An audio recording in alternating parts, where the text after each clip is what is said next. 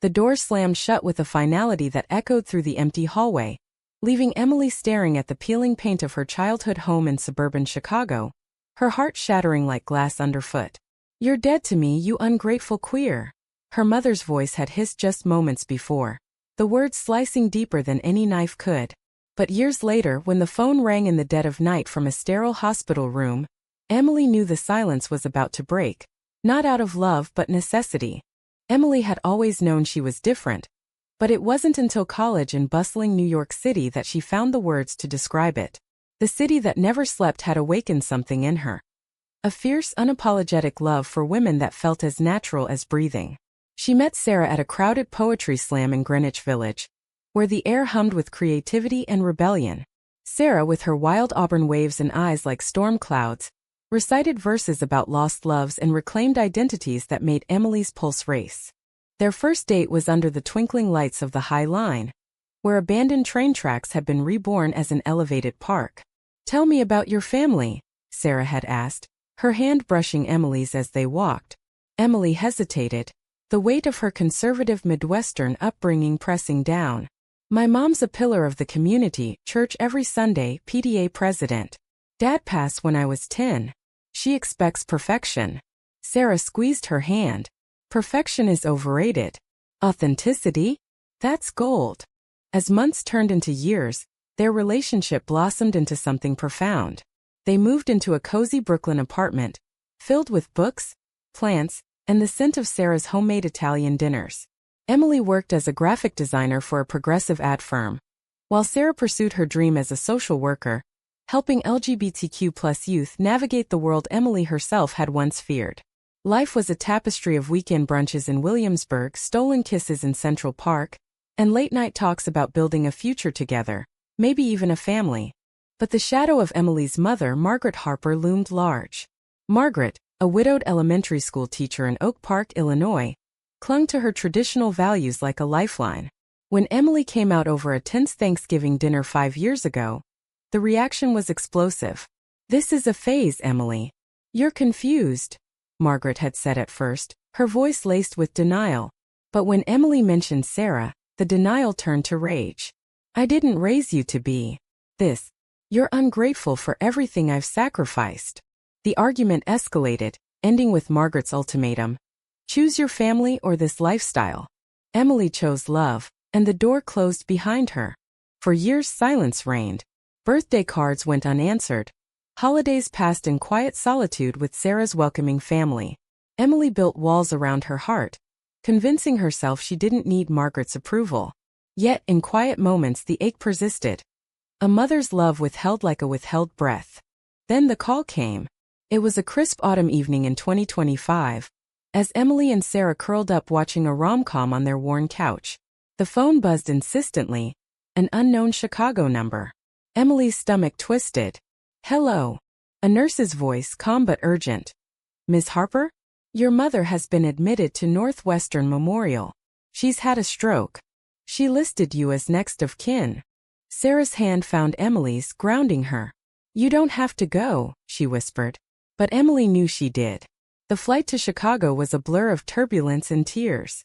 Landing at O'Hare, the familiar chill of the Midwest air hit her like a forgotten memory. At the hospital, Margaret lay frail in a bed, her once sharp features softened by age and illness. Tubes snaked across her body, monitors beeping a steady rhythm. "Emily." Margaret's voice was weak, her eyes fluttering open. For a moment recognition sparked, surprise, perhaps relief. But then the old hardness returned. "I need you to sign some papers. Power of attorney. The doctors say. Complications. No apology, no warmth. Just necessity." Emily's chest tightened. "After all this time? That's why you called." Margaret's gaze dropped. "You're my only family left." Sarah arrived the next day, her presence a balm. As they sat in the waiting room, Sarah held Emily close. "This doesn't erase the hurt, but maybe it's a start." Emily nodded, but doubt gnawed at her. Little did she know, the papers were just the beginning of a storm that would test their love to its core. Over the following weeks, Emily shuttled between New York and Chicago, managing Margaret's care. Sarah supported from afar, but the distance strained them. Late-night calls turned tense. "I miss you," Sarah would say. "When are you coming home?" Emily sighed. "Soon. Mom's improving, but she needs me." In the hospital room, conversations were stilted. Margaret spoke of neighbors, church events, anything but the rift. One evening, as rain pattered against the window, Emily broached it. "Why did you shut me out, Mom?" "Because of Sarah." Margaret's lips thinned. "It wasn't right. I thought you'd come back to your senses." Anger flared. "Sarah is my life. She's kind, brilliant, the best thing that's happened to me." Margaret turned away. "I don't want to hear it."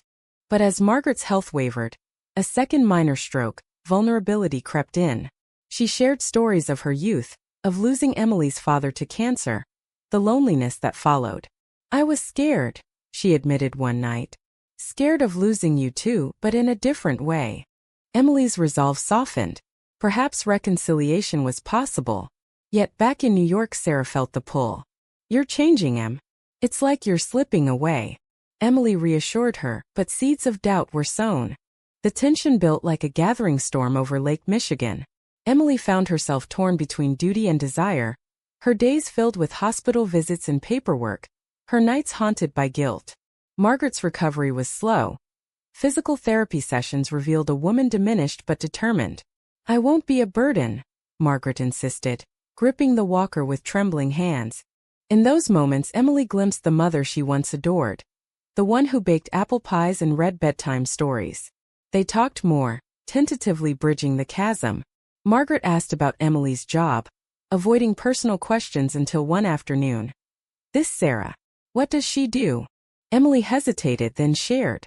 "She's a social worker. Helps kids like I was, confused, scared." Margaret nodded slowly. "Sounds noble." It wasn't acceptance, but it was progress. Emily dared to hope. Sarah, however, felt the shift. Flying to Chicago for a weekend, she met Margaret for the first time in the hospital cafeteria. The air crackled with unease. Margaret's eyes appraised Sarah coolly. "So you're the one." Sarah smiled warmly. "I'm the one who loves your daughter more than anything." The conversation was polite but strained. Later, in their hotel room, Sarah voiced her fears. "She looks at me like I'm the enemy." Emily pulled her close. "Give it time. She's trying." But time revealed cracks. Back in New York, Emily's absences piled up. Work suffered. Clients complained about delayed projects. Sarah picked up the slack at home, but resentment brewed. One night, after a heated argument over canceled plans, Sarah snapped. "It's like you're choosing her over us." "I'm not. She needs me." Emily's voice broke. "After years of nothing, this is my chance to fix things." Sarah's eyes filled with tears. At what cost? The conflict escalated when Margaret was discharged to a rehab facility in Oak Park. Emily decided to stay longer, renting a small apartment nearby. "Just a month," she told Sarah. But a month stretched into 2. Phone calls grew sparse, laced with unspoken accusations. In Oak Park, old wounds reopened. Neighbors whispered about Margaret's wayward daughter. At church, where Margaret insisted they attend, the pastor preached on family values, his words a subtle jab. Emily sat rigid, memories of rejection flooding back. Yet, moments of tenderness emerged. Margaret shared photo albums, reminiscing about Emily's childhood. "You were always so bright," she said, tracing a finger over a picture of young Emily in pigtails. "I pushed too hard." One evening, as they sipped tea on the porch, Margaret confessed more. "After your father died, I built walls. When you told me about your preferences, it felt like another loss." Emily reached for her hand. "It wasn't a loss, Mom. It was me being honest." For the first time, Margaret didn't pull away. "Maybe I was wrong." Hope flickered, but back in Brooklyn, Sarah sought solace elsewhere. She reconnected with an old friend, Lisa, a fellow social worker with a shared history of activism. Their coffee meetups turned into dinners, innocent at first, but charged with understanding. "Emily's gone so much," Sarah confided. "I feel alone." Lisa listened, her hand lingering on Sarah's arm. "You deserve better." The betrayal began subtly. A late-night text, a shared laugh that lingered too long. Sarah pushed it away, loyal to Emily, but the loneliness gnawed. Emily sensed the distance. During a video call, Sarah seemed distracted. "Everything okay?" Emily asked. Sarah forced a smile. "Just busy." Then the storm hit. Emily returned to New York unannounced for a weekend, hoping to surprise Sarah. Opening the apartment door, she found Sarah and Lisa on the couch, heads close, sharing a bottle of wine. It wasn't intimate, but the familiarity stung. "What the hell?" Emily's voice trembled. Sarah jumped up. It's not what it looks like. We were just talking." Lisa excused herself awkwardly. Alone accusations flew. "You've been pulling away." Sarah cried. "I'm here holding everything together, while you're playing happy family with the woman who disowned you." Emily recoiled. "She's changing, Sarah. For me, for us." But doubt poisoned the air. "Is Lisa?" Emily couldn't finish. "No," Sarah insisted. "But maybe I wish she was. At least she sees me." The fight ended in tears with Emily storming out. She flew back to Chicago, heart in tatters. Margaret noticed her daughter's pallor. "Trouble in paradise?" Emily broke down, spilling everything. To her surprise, Margaret listened without judgment. "Love isn't easy, child. But if she's worth it, fight for her." Inspired, Emily planned a reconciliation. But fate intervened. Margaret's health declined again. A complication from the stroke. Doctors recommended hospice. "She needs full-time care," they said. "Decisions must be made." The papers resurfaced. End-of-life directives, asset transfers. Margaret's voice was faint. "Sign them, Emily. For peace." As Emily held the pen, memories flashed: silence, rejection, now this fragile bond. She signed, tears blurring the ink. The weight of the signed papers settled like a shroud over Emily's soul. Back in the rehab facility, Margaret's condition stabilized temporarily, but the prognosis was grim. "Months, maybe," the doctor whispered. Emily nodded numbly, her mind reeling from the double blow. Her mother's frailty and the rift with Sarah. She called Sarah that night, voice cracking. "Mom's worse. I signed the papers, power of attorney, everything." Silence stretched. "I'm sorry," Sarah finally said. "For everything. Come home." But Emily couldn't. "I have to stay. Please understand."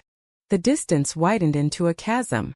Sarah threw herself into work, avoiding Lisa but feeling the pull of unspoken emotions. One evening, after a grueling day counseling a teen facing family rejection, mirroring Emily's past, Sarah broke. She met Lisa for drinks, and in a moment of vulnerability they kissed. Guilt consumed her immediately. "This can't happen," Sarah pulled away. Lisa nodded, understanding. "You're in love with her. Fix it." Sarah confessed to Emily over the phone, sobs racking her. "It was just a kiss. I was lonely, hurt. I'm so sorry." Emily's world shattered anew. "How could you?" Betrayal burned hot, echoing her mother's past rejection. "After everything we've built?" They argued, words like daggers. "You've been gone for months."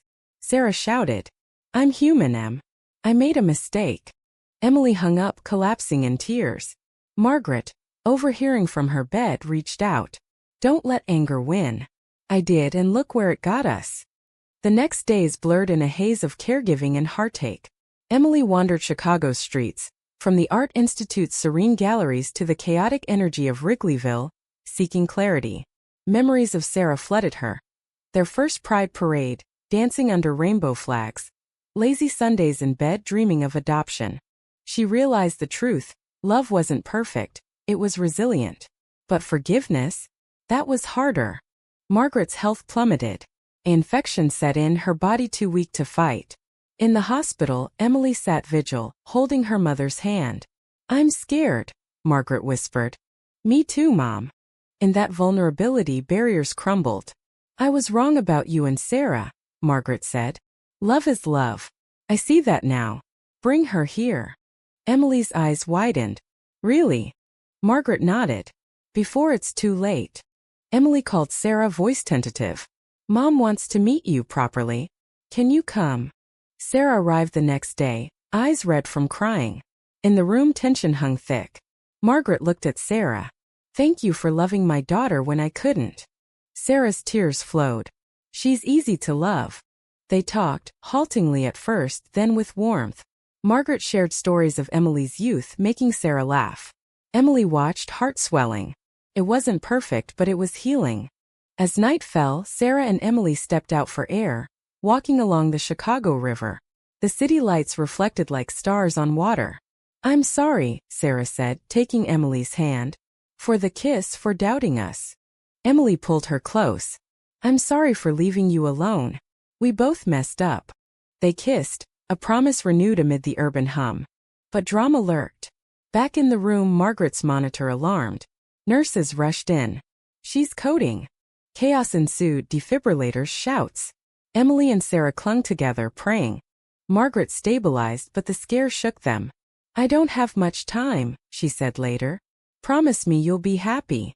"We will," Emily vowed. In the following weeks, they balanced care and reconnection. Sarah stayed in Chicago, working remotely. They explored the city together, Navy Pier's Ferris wheel, deep dish pizza at Lou Malnati's, rediscovering joy. Margaret joined in spirit, her stories weaving a tapestry of family history. One day, she pulled out a box of letters, unsent apologies to Emily over the years. "I was too proud," she admitted. Reading them, Emily wept. "Why didn't you send them?" "Fear. But now I can say it. I love you just as you are."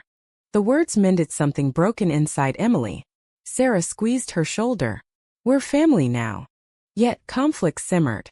Sarah's kiss with Lisa haunted Emily, surfacing in quiet arguments. "How do I trust again?" Emily asked one night. Sarah's eyes pleaded. "By choosing to. Like your mom chose to change." Emily reflected, drawing strength from Margaret's transformation. Forgiveness bloomed, tentative but real. As winter approached, Margaret's time drew near. In her final days, surrounded by Emily and Sarah, she passed peacefully, a smile on her lips. "Thank you," she whispered. The funeral was intimate, in the church where Margaret had found solace and judgment. But now it felt like closure. Grief wrapped Emily like a heavy coat in the biting Chicago wind.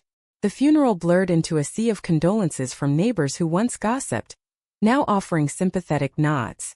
Sarah stood by her side, a steadfast anchor, as they buried Margaret under a gray November sky in Oak Park Cemetery. Back at the house, sorting through belongings unearthed more revelations. In a dusty attic box, Emily found journals, Margaret's private thoughts. Entries from after the fallout. "Lost my girl today. My fault? God help me understand." Later ones showed evolution. "Saw a news story on gay rights. Maybe I was wrong. Praying for courage." Tears streamed as Emily read aloud to Sarah. She was changing long before the stroke. Sarah hugged her. She loved you in her way. The papers Emily had signed included inheritance, a modest house, savings. But more valuable were the intangibles. Forgiveness, understanding. They returned to New York, the city welcoming them like an old friend. Their apartment felt alive again, plants thriving under Sarah's care. Yet scars remained. Trust rebuilt slowly, through therapy sessions in a cozy office on the Upper West Side. "Betrayal hurts," the counselor said. "But love can heal." Emily and Sarah committed date nights at jazz clubs in Harlem, weekend getaways to the Hudson Valley. Romance reignited. Picnics in Prospect Park, where Sarah proposed under blooming cherry blossoms the following spring. "Will you marry me, Em? For real this time? No more silences." Emily laughed through tears. "Yes. 1,000 times yes." Planning the wedding brought joy, but echoes of drama persisted. Lisa reappeared at a work event, apologetic. "I'm happy for you both." Sarah nodded politely, but Emily felt a twinge. "It's okay," Sarah whispered later. "She's passed." The wedding was intimate, on a rooftop in Manhattan overlooking the skyline. Friends and Sarah's family attended. Emily felt Margaret's absence keenly but wore her mother's pearl necklace as a talisman. Vows exchanged. "Through silence and storms I choose you," Emily said. "I promise to never let loneliness win," Sarah replied. Honeymoon in California. Big Sur's rugged cliffs, San Francisco's vibrant Castro district, cemented their bond. They hiked trails, shared sunsets, dreamed of adopting. Back home, life settled into a rhythm. Emily advanced at work, designing campaigns for LGBTQ+ rights. Sarah's career flourished, her experiences fueling passion. But a final twist came via mail. A letter from Margaret's lawyer. An addendum to the will. A donation to PFLAG with a note. For families like ours. Love, Mom. Emily smiled, tears falling. She really changed. Years passed. They adopted a daughter, Mia. A spirited toddler with curls like Emily's. Family holidays blended traditions, Midwestern comfort food with New York flair. One evening as Mia played, Emily reflected. We almost lost it all. Sarah kissed her forehead. But we didn't. That's what matters. The story of their love became a beacon. Shared at support groups, inspiring others.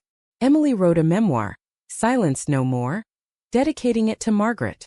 To the mother who learned to listen. In quiet moments, Emily visited Margaret's grave, updating her on life. We're happy, Mom. Thank you for the second chance. The end wasn't fairy tale perfect. Shadows of past hurts lingered. But in the humanity of forgiveness they found peace. A testament to love's enduring power. Highs and lows defined their journey. The drama of rejection, the sting of betrayal, the depth of emotion, the romance rekindled, and the humanity in reconciliation. America, with its vast landscapes and diverse hearts, had been their stage. From Chicago's resilient streets to New York's pulsing energy. Emily and Sarah's love story wasn't just theirs. It was a mirror for countless others, proving that even in division, unity could bloom. As Mia grew, she learned her grandmother's tales. One biological, one chosen. Love wins, Emily would say, echoing the nation's evolving spirit. And so in the tapestry of their lives, threads of pain wove into beauty. A narrative of growth, acceptance, and unbreakable bonds. Time wove its inexorable pattern, turning seasons into years. Emily and Sarah's marriage deepened, a fortress against life's tempests. Mia, now a curious 8-year-old, filled their Brooklyn home with laughter and questions. Why did Grandma Margaret make you sad? She'd ask, wide-eyed. Emily would sit her down, sharing age-appropriate truths. She didn't understand at first, but she learned. That's what love does, it teaches. Sarah added, and we all make mistakes, but we fix them. Their family expanded with community. Block parties in Park Slope, volunteering at Pride events. Emily's memoir became a bestseller, optioned for a film. A drama highlighting queer family dynamics in America's heartland. But challenges arose. Mia faced bullying at school for having 2 moms. Why can't I have a dad like everyone else? She cried one day. Emily's heart ached, echoes of her own past. They addressed it together, meetings with teachers, books on diverse families. Sarah's social work skills shone, turning pain into advocacy. In a poignant twist, they connected with Margaret's old church friends. One, a reformed ally, apologized. Your mom changed my views too. It closed a circle, humanizing the journey. Romance remained alive. Anniversary trips to Chicago, revisiting spots of reconciliation. At the Riverwalk, they'd hold hands, remembering the kiss that mended them. Emotionally, scars faded but informed growth. Therapy continued sporadically, ensuring open communication. No more silences, became their mantra. A climactic moment came when Emily discovered an unsent letter from Margaret, tucked in a book. My dear Emily, if you're reading this, I've gone. Know that my last thoughts were of pride, in you and Sarah, in the love I finally embraced. Forgive my years of blindness. Emily shared it with Sarah over wine, tears mingling with smiles. She found peace. Their story inspired broader change. Emily spoke at conferences, from TED stages in Vancouver to panels in D.C., advocating for family acceptance. Silence kills spirits, she'd say. Dialogue heals. Sarah founded a nonprofit for estranged LGBTQ+ families, bridging gaps like theirs. As Mia entered her teens, she embraced her heritage, coming out as bi herself. I'm proud of you too, she said. Emily hugged her tight, the cycle of acceptance complete. Yet, life delivered one final drama. Sarah faced a health scare. A lump, benign but terrifying. In the hospital, roles reversed. Emily signed papers, held vigil. Not without you, she whispered. Recovery strengthened them. A reminder of fragility. In their golden years, retired in a cozy upstate New York cabin, they reflected. Grandchildren visited. Mia's kids, full of energy. Tell us about how you met, they'd beg. Sarah would start. In a city of millions we found each other. Emily added. And fought to keep it. The narrative arc from hook of rejection, through conflicts of duty and betrayal, peaks of emotion and romance, to a humane resolution, encapsulated their essence. America's spirit infused it. Resilience like Chicago's winters, diversity like New York's streets, hope like California's coasts. Their love, once silenced, now echoed loudly, a beacon for all. In the end, it was neither purely happy nor tragic, but profoundly human. Flawed, forgiving, forever. As the sun set over the hills, Emily and Sarah sat on the porch, hands entwined. Worth every tear, Emily said. Sarah nodded. And every joy. Their story closed not with finality, but with legacy. A testament to love's transformative power.